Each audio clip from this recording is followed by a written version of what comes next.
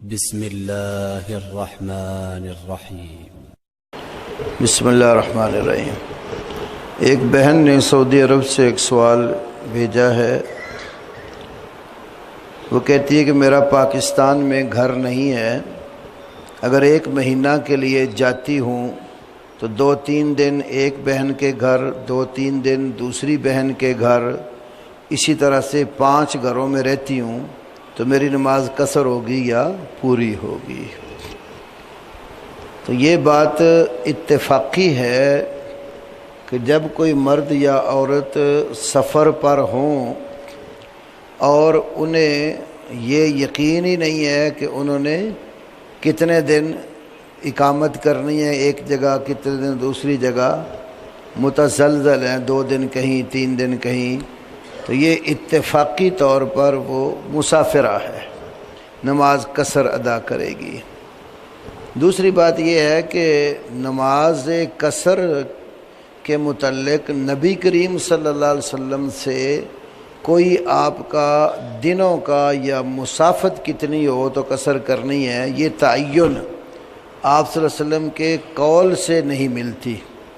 ہاں آپ کا عمل ملتا ہے صحیح مسلم میں کہ رسول پاک صلی اللہ علیہ وسلم 3 فرسخ پر نماز قصر کرتے تھے۔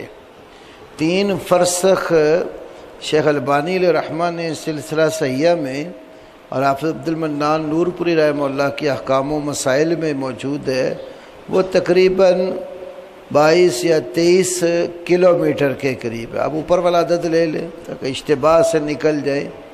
23 کے لگ بھگ سفر ہو یا اس سے اوپر ہو تو پھر قصر، اور اگر اس سے کم ہے پھر نماز پوری۔ ایسے ہی دنوں کے لیے بھی آپ سے تعین مروی نہیں ہے۔ ابن عباس رضی اللہ تعالیٰ عنہما سے بخاری میں ہے کہ 19 دن تک رہنا ہوتا، اس سے کم تو وہ پہلے دن سے ہی نماز قصر کرتے، جس سے اوپر رہنا ہوتا تو وہ پوری پڑھتے۔ اور نبی صلی اللہ علیہ وسلم تبوک میں 20 دن آپ رہے، وہاں بھی آپ نے قصر کی ہے۔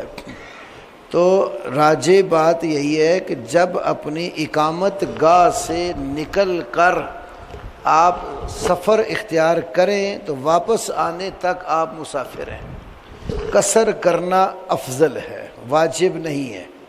پوری پڑھیں گے وہ بھی جائز ہے۔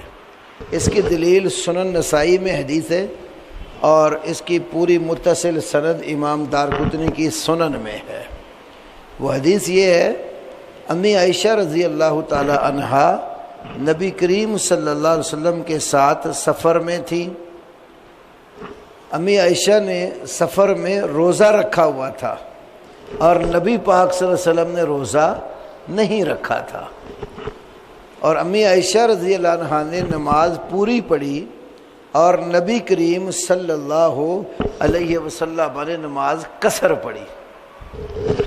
تو اللہ کے نبی سے کہنے لگی، یا رسول اللہ، آپ نے سفر میں روزہ نہیں رکھا جبکہ میں نے رکھا ہوا ہے، آپ نے نماز قصر پڑھی ہے اور میں نے نماز پوری پڑھی۔ تو فرمایا، قد احسنت یا عائشہ، اے عائشہ، یقیناً تو نے بھی اچھا کام کیا ہے۔